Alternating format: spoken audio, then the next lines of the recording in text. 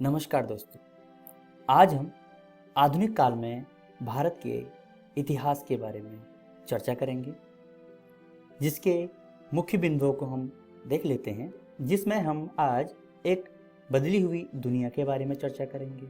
हम पढ़ेंगे इतिहास में तारीखों का महत्व क्या है और विज्ञापनों का हमारी रुचियों पर क्या प्रभाव पड़ता है।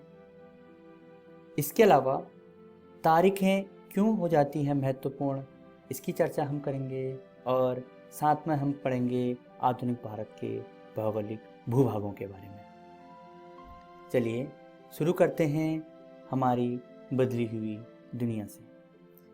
दोस्तों, जरा सोचिए, अगर कोई 17वीं सदी का व्यक्ति आज की इस दुनिया में किसी करिश्मे से पुनः जीवित होकर आ जाए, तो उसे उस सदी की दुनिया और आज की दुनिया में बहुत बड़ा अंतर दिखाई देगा।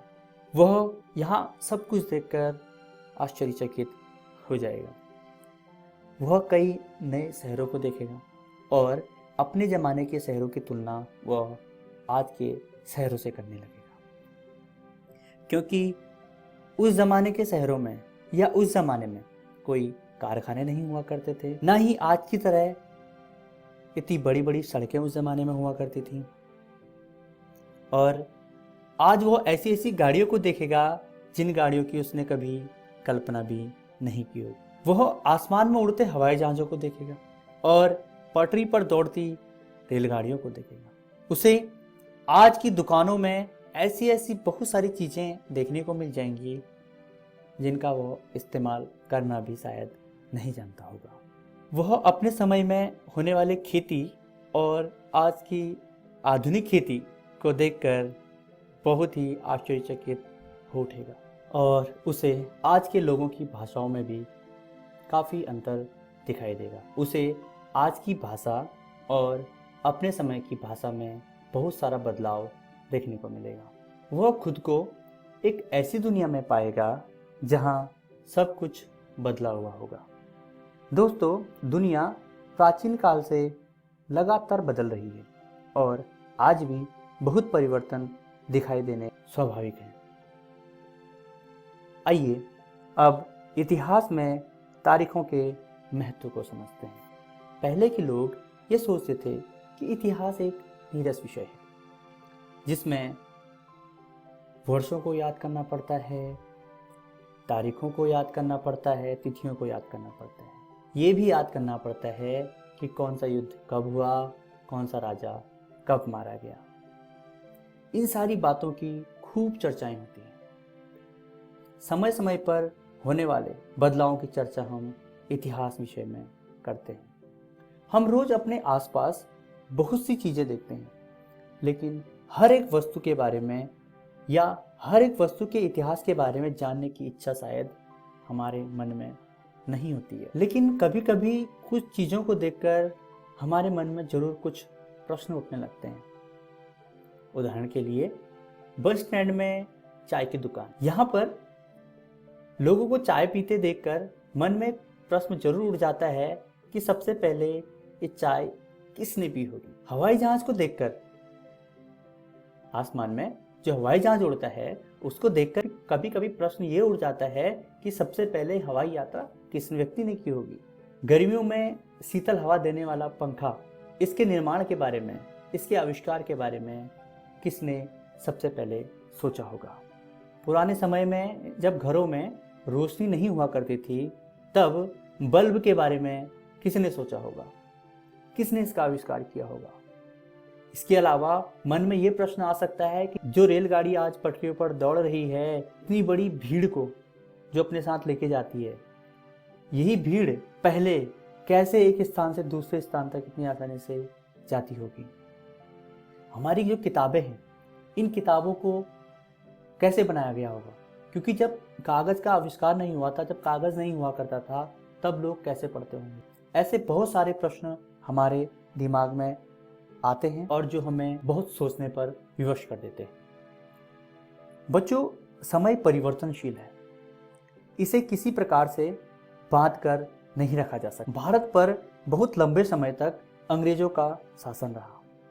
फिर हमारा राष्ट्रीय आंदोलन भी चला, और यह भी कह पाना बहुत मुश्किल है कि ये राष्ट्रीय आंदोलन किस तिथि से या किस तारीख से शुरू हुआ, क्योंकि ये सारी चीजें एक बहुत लंबे समय तक चली थी। इस प्रकार के बदलावों को जानने के लिए ही हम अवधि का जिक्र करते हैं, जिसमें किसी कालखंड या एक निश्चित समय सीमा को निर्धारित किया जाता है। फिर भी कई लोग इतिहास को तारीखों के हिसाब से समझने की कोशिश करते हैं, क्योंकि पहले समय में कुछ बड़ी घटनाओं को ही इतिहास समझा जाता था, जिसमें विभिन्न युद्धों, राजा के राज्याभिषेक या उसके वैवाहिक जीवन को शामिल किया जाता था, और इन सब को ही इतिहास के रूप में देखा जाता था। यही कारण रहा कि इतिहास में तारीखों को विशेष महत्व दिया जाने लगा। आइए अब विज्ञापनों का हमारे दैनिक जीवन में पड़ने वाले प्रभावों के बारे में चर्चा करते हैं। कुछ समय पहले से ही विज्ञापनों ने बाजार में अपने पैर मजबूत कर लिए हैं। विभिन्न प्रकार की चीजें जिनके बारे में साधारण व्यक्ति जानता नहीं था, धीरे धीरे विज्ञापनों से वह उन चीजों की ओर आकर्षित हुआ है। इन विज्ञापनों ने समाज के लोगों के फैशन और रुचियों को काफी बदल कर रख दिया है। बच्चों, 1922 में लिप्टन चाय के विज्ञापन में दिखाया गया कि इस चाय को बड़े घराने के लोग पसंद करते हैं, और इस प्रकार चाय की लोकप्रियता बढ़ाने की कोशिश भी की गई। आइए अगले बिंदु की ओर रुख करते हैं और देखते हैं क्यों महत्वपूर्ण हो जाती हैं तारीखें। हम अपने परिवार में देखते हैं कि कुछ एक दिन या कुछ एक तारीखें हम सभी के लिए बहुत महत्वपूर्ण होती हैं। जैसे किसी का जन्मदिन हो, किसी के विवाह का दिन हो जिसे हम सालगिरह के रूप में जानते हैं, या फिर वह किसी की पुण्य तिथि ही क्यों ना हो, ये सारे दिन हमारे लिए महत्वपूर्ण भी होते हैं, क्योंकि इनसे हमारी कुछ यादें भी जुड़ी हुई होती हैं। ब्रिटिश इतिहासकारों ने जो इतिहास लिखा उसमें भारत के सभी गवर्नर जनरलों के बारे में विस्तार से बताया, जिसमें प्रथम गवर्नर जनरल वॉरेन हेस्टिंग से शुरू होकर अंतिम वायसराय लॉर्ड माउंटबेटन तक की चर्चा मिलती है। बच्चों, इतिहासकारों के इन तारीखों के माध्यम से हम उस समय के आर्थिक जीवन, सामाजिक एवं धार्मिक जीवन के बारे में पता कर पाते हैं, और हम उस समय की तुलना आज के जीवन से करते हैं। तमाम ऐतिहासिक जानकारी हमें किसी व्यक्ति द्वारा लिखे इतिहास के द्वारा प्राप्त हो पाती है। आइए अब बात करते हैं भारत और इसके भूभागों की। भारत, जिसके उत्तर में हिमालय पर्वत है, दक्षिण में हिंद महासागर है, जिसके पूर्व में बंगाल की खाड़ी तथा पश्चिम में अरब सागर स्थित है। बच्चों, हमारा देश भारत, जिसका क्षेत्रफल 32,87,263 वर्ग किलोमीटर है, इसकी कश्मीर से कन्याकुमारी तक की लंबाई 3,200 किलोमीटर है, और वहीं अरुणाचल प्रदेश से गुजरात के कच्छ तक की लंबाई 2,900 किलोमीटर है। विश्व में चीन के बाद भारत जनसंख्या के हिसाब से दूसरा सबसे बड़ा देश है। आइए अब बात करते हैं आज हमने क्या क्या सीखा। बच्चों, आज हमने हमारी बदली हुई दुनिया के बारे में पढ़ा, इतिहास में तारीखों के महत्व के बारे में हमने जाना, विज्ञापनों का हमारी रुचियों या हमारे फैशन पर कैसा प्रभाव पड़ता है इसके बारे में हमने पढ़ा, तारीखें महत्वपूर्ण क्यों हो जाती हैं इसके बारे में हमने जाना, और आधुनिक भारत के भौगोलिक भूभागों की हमने चर्चा की।